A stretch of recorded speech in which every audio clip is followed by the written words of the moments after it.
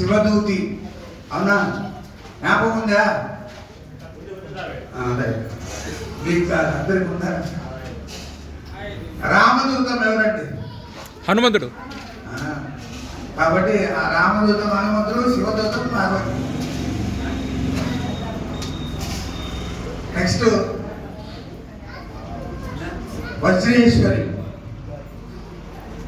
ఈ వజ్రేశ్వరి అంటే వజ్రకాయం ఎవరుకుంటుందండి? ఆంజనేయుడికి వజ్రకాయం. వజ్రకాయం అంటే శరీరాన్ని వజ్రంగా చేసేది. మన శరీరంలో 4 విధాలు ఉన్నాయండి: వాత, పిత్త, కఫ, శ్లేష్మం. ఈ 4ని దూరం చేసి శరీరాన్ని వజ్రంగా చేసేది అమ్మవారు వజ్రేశ్వరి.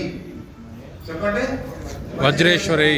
ఈ వజ్రకాయం శరీరం వజ్రంగా ఉండాలంటే అమ్మవారిని నమస్కారం చేసుకుంటే వజ్రకాయం వస్తుంది. కాబట్టి ఆ పాతకాలం భోజనాలు చేయాలండి. ఇప్పుడు కొత్త కాలం తినేసి వజ్రేశ్వరి అంటే రాదండి. బర్గరు, పిజ్జాలు తింటే వజ్రం రాదు. ఏం చేయాలా? బర్గరు, పిజ్జాలు ఇవన్నీ తిన్నామంటే వజ్రం కాదండి. పారంపర్యంగా మనం ఏం తింటున్నాం దాన్ని తింటే శరీరం వజ్రం అవుతుంది. సత్యాన్నం తినేవాళ్ళు లేదు ఇప్పుడు. సద్ది తాగేవాళ్ళు ఎవరు లేదు.